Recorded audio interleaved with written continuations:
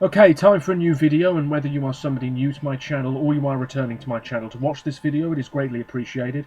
As always, I'm filming this video in one go, so if I stumble over my words moving forwards, apologies about that, and also if the quality of this video is fairly poor as well, if there's any lag, anything like that at all, sadly it cannot be helped, and hopefully it is not too much of an issue for you. This is yet another Eurovision related video here on my channel, and today I am going to be filming another installment in my sporadic series titled What We Know So Far, where I pretty much go through everything we as Eurovision fans know so far about the upcoming edition of the Eurovision Song Contest, which we now know, of course, will take place next May at the M&S Bank Arena in Liverpool. That was announced about a week and a half ago now, something like that, by Graham Norton on British TV. And obviously, since that announcement, we do know the dates of next year's contest too.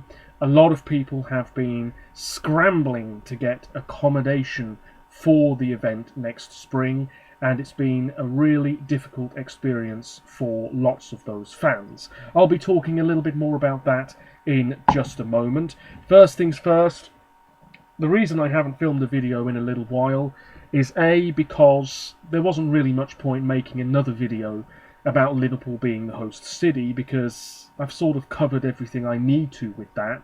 We know it's Liverpool, let's move on and talk about other things. But also, I got the virus. It finally hit me, and although I haven't been suffering with it nearly as badly as some people have, certainly I wasn't particularly great a few days ago. I'm sort of moving past it ever so slightly now. But if I do suddenly start coughing or, I don't know, suffering from shortness of breath in a few moments, you know why. Before I get into what I usually do in these videos, which is just going through all of the countries that we know so far will be participating in Liverpool and talking about any news regarding those nations, I've got a few newspaper cuttings here from some British newspapers over the past 2 weeks or so.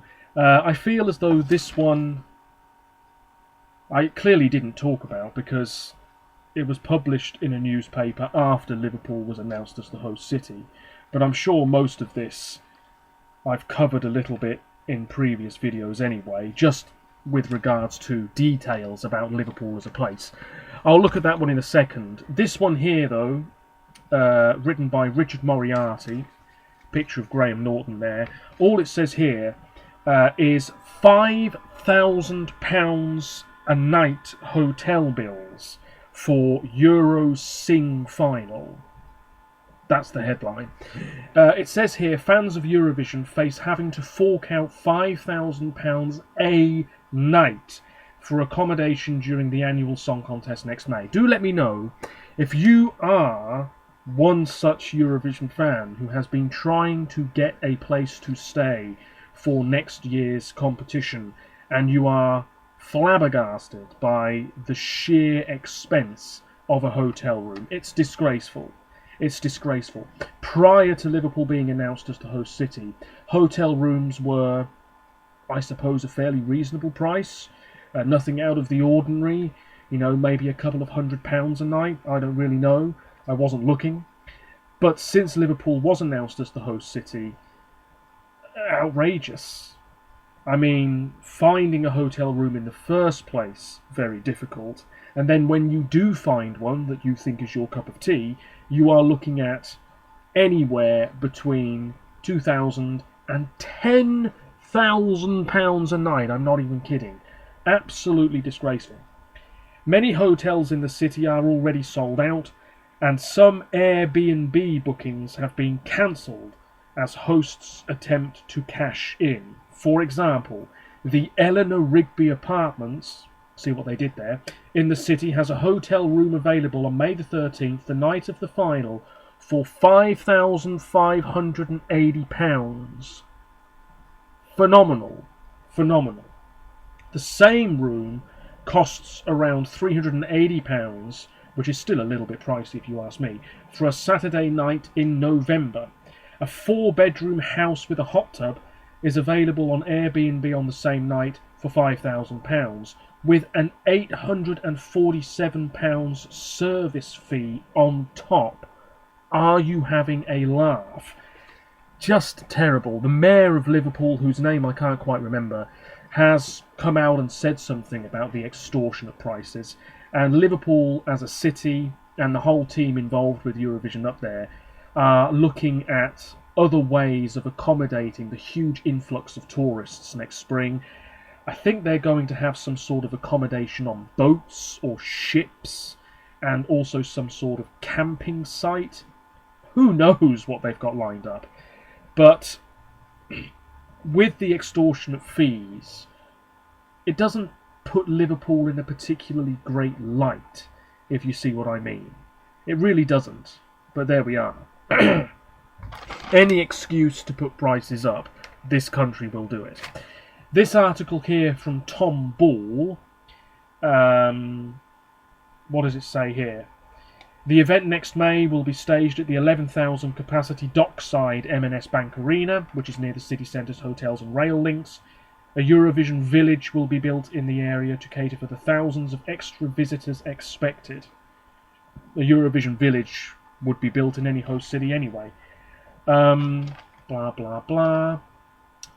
Statues around the city will be adorned with traditional Ukrainian headdress, and walls will be decorated with Ukrainian art, organisers said.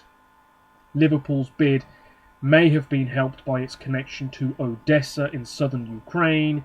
The cities have been twins since 1957. Next year, all musical roads of Europe will lead to your city, said the mayor of Odessa. It also says here, hosting the competition will be a boost for Liverpool, whose economy has become heavily reliant on tourism since the decline of the docks in the 1960s. Like Glasgow in 1990, Liverpool was the recipient of the European Capital of Culture Award in 2008, which was instrumental in spurring a revitalisation of the city. However, since the pandemic, visitor spending in Liverpool has dropped by £3 billion from £4.7 billion in 2019. Liverpool's place in the pantheon of musical cities was assured when it produced the Beatles, and its other well-known acts have included Jerry and the Pacemakers, You'll Never Walk Alone, for example, in the 1960s, Frankie Goes to Hollywood in the 1980s, great stuff, and rock band The Wombats more recently. The city is also home to the Royal Liverpool Philharmonic, who I'm sure will play a part in next year's competition, and the mayor of Liverpool is Steve Rotherham, that's his name. So there you go, some press clippings there with regards to Eurovision 2023. Really all of the emphasis though has been on the prices of accommodation. For me personally, I very much want to go to a live show next May, and I am leaning towards it being a jury show now, because tickets for the final, the big one on the Saturday night, are going to be nearly impossible to get a hold of. I will try, but they're going to be nearly impossible to get a hold of. So the jury final on the Friday evening might just be the best thing for me to go for. Failing that, who knows? Maybe I'll just end up going to Liverpool and watching it from a big screen somewhere, which wouldn't be the same, not for me. I do plan to go to Liverpool with my good friend and his wife, and thankfully my friend has a family member who lives just outside of Manchester, which is about an hour and a half away from Liverpool down the road, which is convenient, and if things go together really well, then we have a place to stay for free when the contest is on, which is really, really cushy. But there's a long way to go yet. We'll see what happens. Anyway, enough of that. Let's get into the juicy stuff. What have we got going on here? So, we know the dates. Tuesday the 9th, Thursday the 11th, and Saturday the 13th of May. Lovely stuff. We know that King Charles III, his coronation, is exactly 1 week before the Eurovision Grand Final. And one newspaper, and I didn't cut this bit out, But one newspaper claimed that the coronation was actually going to be on May the 13th, but was moved because of the Eurovision announcement. Rightly so. Move it. So yeah, King Charles will be coronated, along with his missus, on the Saturday before the grand final of next year's competition. But there is talk of there being a bank holiday, and when that will be, I don't know. If it's on the Monday after the coronation, that's going to be a bit problematic perhaps, because that's the day of the jury semi-final 1 show. You can't really afford to move that, can you? How will it all work? There's also a bit of controversy as well, because it's a really important day in the football season, right near the end of the season as well. Fixtures will have to be moved. Absolutely no consideration by the royal family here, if you ask me. It is what it is. I thought it was going to be in June, his coronation. That's what they were all talking about here. But no, it's the week before Eurovision. So it's going to be a right big bash. 2 big weeks of action in the UK next May. We know the arena. We don't know the presenters. We won't know the presenters for probably another month or 2 yet. Graham Norton, the commentator for the UK, has said, I don't really fancy being the presenter. I'd rather stick with the commentary, which is fair enough. I don't know who you could get instead of Graham to do the commentary. They just wouldn't be as good, I don't think. You can almost certainly expect 3 hosts, I would say. 1 male, 1 female, and then probably the other presenter, male or female, who will do most of the green room stuff. Timur, who of course co-hosted Eurovision in Kyiv in 2017 and has been heavily involved with Junior Eurovision when Ukraine have hosted in the past, and he's been doing commentary for the adult competition and the junior contest for years and years and years. He was at the National Television Awards here in the UK the other day, and he got a big round of applause, and he said how grateful he was for Britain's support for Ukraine, and said can't wait for next year's contest. He is a very professional, relaxed sort of presenter. We saw that in 2017. So the BBC will almost certainly be asking him to be one of the co-hosts in Liverpool as Ukraine's representative. That would be great. Don't really know who else it could be for them. So Timur and 2 British hosts, 1 male, 1 female, most likely. There's lots of rumoured names. I've mentioned a few of them in the past. Can't say I'm particularly impressed by any of them, but there we are. As long as it's not a comedian. A comedian does not necessarily equal a TV presenter. It's as simple as that. What else does it say here? The visual design. Well, we don't know it yet, but the logo is with the Ukrainian heart in the middle, and then it says United Kingdom, Liverpool 2023. I mean, some of us thought that it was going to be a half and half heart logo. I thought it was going to be something like that. But no, it's the Ukrainian flag, and fair enough. They, of course, were the winners. We know that pre-recorded backing vocals for a 3rd year in a row will remain. Load of rubbish, but there we are. As for the semi-finals, the semi-final allocation draw will probably be in the last week of January. It usually is, and that draw generally takes place in a notable building in whatever host city it is. So it could be the City Hall, it could be a famous art museum, some palace, I don't really know. We'll find out in due course. In terms of the countries that we know will be participating, and I have to say, I'm a little bit surprised the EBU haven't released the full list of participants just yet, because the deadline for broadcasters to say, yes, we want to take part in 2023 was a little while ago now. So surely very, very soon we'll be getting that final list of participants. But anyway, let me go through them. Albania, FIC will take place in December. I believe Elvana Jatta is coming back with another woman whose name eludes me. That's a strong rumour I've seen. But yes, FIC will be sometime around Christmas. Australia, they're having a national final at some point on the Gold Coast. Austria, that will be internal, no doubt. Azerbaijan, same deal.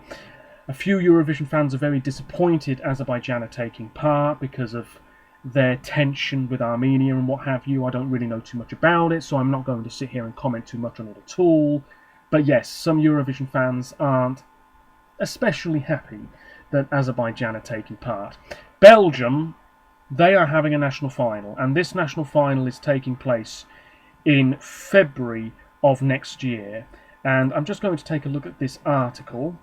While that loads up, I should say Croatia, their national final Dora, also in February. Cyprus, I think that's an internal choice. We'll be finding out more soon. Denmark's DMGP will be on February the 11th. I'm not sure what city that will be in, but there we are. Estonia, Estilau, 11th of February as well. That's going to be a big, big day for Eurovision fans. Finland's UMK, also in February. Georgia, they are using The Voice as their selection method, and they need a really, really great song because Georgia haven't been in the final since 2016 now. Greece, loads of rumoured names for them as well. I think interest in Eurovision is really building in Greece again because Stefania did well in Rotterdam, and then Amanda Tenfjord did well this year. So I'd keep an eye on Greece in 2023. Something tells me they could be onto something really special again. Iceland, Song for Kepnin is on the 4th of March. Ireland, they are having a little national final on the Late Late Show, I believe. Not sure exactly when that's going to be yet. Israel, we know that Noah Kirel is the representative. She's a huge star. I think Israel really could be contenders again next year, absolutely, because the music I've heard from her, it's not bad. Millions of views online. Big, big star. Latvia, Supernova in February. Lithuania, their national final is back at some point next year too. Malta, they are having a bumper edition of their national final on February the 11th. I'm not expecting great things, but there we are. The Netherlands, internal choice, we'll be finding out more soon. Norway's MGP next February. Poland, 26th of February for their national final. Portugal will have FDC, not sure the dates on that. Romania, we don't know too much yet. San Marino, 25th of February for their national final. They've had a whole load of submissions. Can't remember the exact number, but a couple of hundred, which is very impressive. Serbia, they're taking part, don't know many details yet. Same with Slovenia. Sweden, 11th of March for the final of Melfest. Now, let me just do this, and this, and this, and bear with me, this. Melfest 2023 will be hosted by Farah Abadi and Jesper Rönndahl, and it is going to be touring the country again for the first time in a while. Gothenburg, Lidköping, Malmö, Örnsköldsvik and Stockholm. Can't wait for that. I'm sure we'll be getting a list of participants probably within the next month, so that'll be very exciting. Switzerland are also taking part, but we don't know any details about them yet. As for the automatic finalists, France, don't think we know much about them. Germany are rumoured to be having a national final. Let's hope the quality is higher than it's been for a long time. Sanremo, of course, will be back for Italy. The final, would you believe it, is on February the 11th. Spain's Benidorm Fest is on February the 4th, and I believe by the end of October, so within the next 2 weeks, we'll be finding out the names. And whether the songs are released or not at the same time, I don't know. But there's been, I think, 800 plus submissions for Benidorm Fest 2023. That is a seriously impressive total, and I'm really hoping the quality is top-notch.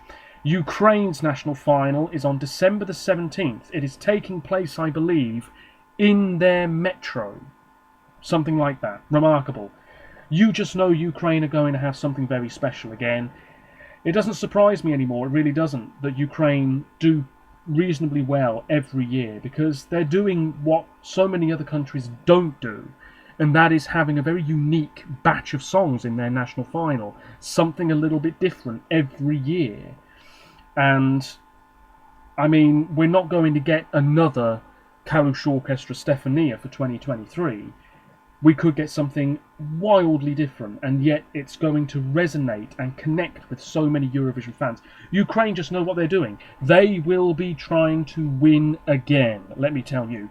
And then the United Kingdom, all we know so far is that Tap Music are on the lookout for the UK's representative on home soil next spring. Now, going back to Belgium, it just says here on Eurovoix.com, shout out to them because they're really on the ball with Eurovision stuff. It says here a total of 7 acts are expected to take part in Eurosong 2023. Each act will compete with 2 songs. It is not known yet how many shows the 14 songs will be presented over, but the final is expected to feature all 7 acts singing 1 song each, all chosen by the public. The final is expected to be broadcast live in Brussels in mid-February. Peter van der Veere, who is one of the commentators for Belgium, long-term commentator, will host the selection. The list of participants has yet to be released, but VRT will reportedly finalise the list in a matter of days. So like with Spain, we could be getting the list of Belgian participants by the end of this month. Loads of artists have said that they will not be taking part, including Oscar and the Wolf, who's been rumoured a couple of times in the past, and Pommeline Thijs, what a name that is. Also, Clouseau, who represented Belgium in 1991, that was a good song. Natalia, who was the runner-up in Belgium's selection in 2004, and Laura Tesoro, who finished in the top 10 with What's the Pressure in 2016, have also said they will not participate. Neither will Niels de Stadspeder, who was rumoured. He is not taking part either. VRT announced that they would work directly with record labels and artists to find participants. So, I'm expecting quality, nothing less, ladies and gentlemen. Now, the big talking point over the past few days, there is something else to mention about Spain in just a moment. Bear with me. Oh, that's good stuff. The big talk over the past couple of days is withdrawals, ladies and gentlemen. Lots of countries have said thanks but no thanks to Liverpool 2023. Let me just go through the list it says here. Some we already knew about. Andorra, I'm absolutely disgusted. They said, yes, we are committed to returning to Eurovision very soon. And what have they said? We don't give a toss anymore. Disgraceful. The content manager of RTVA, the Andorran broadcaster, said this May that Andorra is unlikely to return to the contest in the short or medium term. Ugh! Hate to see it. I thought they were going to come back. Susan Georgi was having conversations with the Andorran Prime Minister, for God's sake. What went wrong? No doubt, money. It's always money. What a shame. Bosnia. It was announced yesterday, at the time of recording this video you're watching now, by BHRT, that Bosnia would not be returning in 2023 because of ongoing financial issues. Luxembourg, it was announced in August by RTL that Luxembourg would not be returning in 2023 because the broadcaster is currently concentrating on news rather than music and entertainment shows. So, if you are from Luxembourg, I mean, I can only imagine that there is a lack of entertainment shows on the box, you know what I'm saying? Because it's all news. It also says that Eurovision participation would entail a financial strain on the broadcaster. I suppose it would, but I thought Luxembourg were loaded. So, anyway, great shame. Luxembourg haven't competed since I was a few months old. Monaco. Well, in November last year, it was reported that some money had been put aside for participation in 2023, and then Monaco's new TV channel was scheduled to launch this in summer next year rather than late 2022. This put the kibosh on participation, and so Monaco won't be in Liverpool next year. However, I suppose the signs are there for perhaps 2024. Slovakia, we're not too sure yet. it says here, on the 10th of June, RTVS confirmed that Slovakia would not return because of money and low viewing figures during their time in the contest. But that was years ago. Come on now. I thought that Slovakia might have been coming back. I'd heard things. But anyway, what do you know? Kosovo, a debut is possible apparently, because Kosovo have been trying for ages to join the EBU. Of course, there are a lot of other things that a country needs to be part of as well. I think you have to be a member of the UN and things like that as well. But it says here... Oh, what? It says here, the deadline for broadcasters to apply for participation in 2023 was mid-September, making a Kosovar debut in 2023 impossible. Oh, for God's sake. And then Liechtenstein, they're not even bothered anymore. They're not even aiming to apply for EBU membership, for crying out loud. Anyway, the big talk has been on 3 recent withdrawals, ladies and gentlemen. Let's talk about North Macedonia first. On the 14th of October, yesterday, the Macedonian broadcaster MRT confirmed that they would not be taking part in Liverpool because of money. And I'm pretty sure they came out and said that it was because the UK is just too damn expensive. And of course, every country has to pay a participation fee, which I'm sure is extortionate anyway, and has probably gone up in price too. But also, every country has to pay its way to actually get to the host city and find a place to stay for weeks and all of that stuff. And poor North Macedonia, they haven't got the money. So, alas, they're out. What a shame. However, it says here, they will still broadcast 2023's contest with a view of returning in 2024. Hopefully with Mila Moshkov. Would love to see it. Love to see it. What about Montenegro? Well, Montenegro, RTCG confirmed that they would not be participating in 2023 because of money and a lack of interest from sponsors. That's a real shame. I can't remember her name, but a musician said that she was lined up to represent Montenegro in Liverpool, and she was part of the American Song Contest, and I think she's based in America, and a lot of people were really, really disappointed because they were saying how great she would have been for Montenegro. So, barring some sort of absolute miracle turnaround, it's all over for Montenegro in 2023. And then Bulgaria, is what I say to the Bulgarian broadcaster BNT. They said that they would not participate in Liverpool because of money and a lack of interest. A lack of interest, ladies and gentlemen, just like that.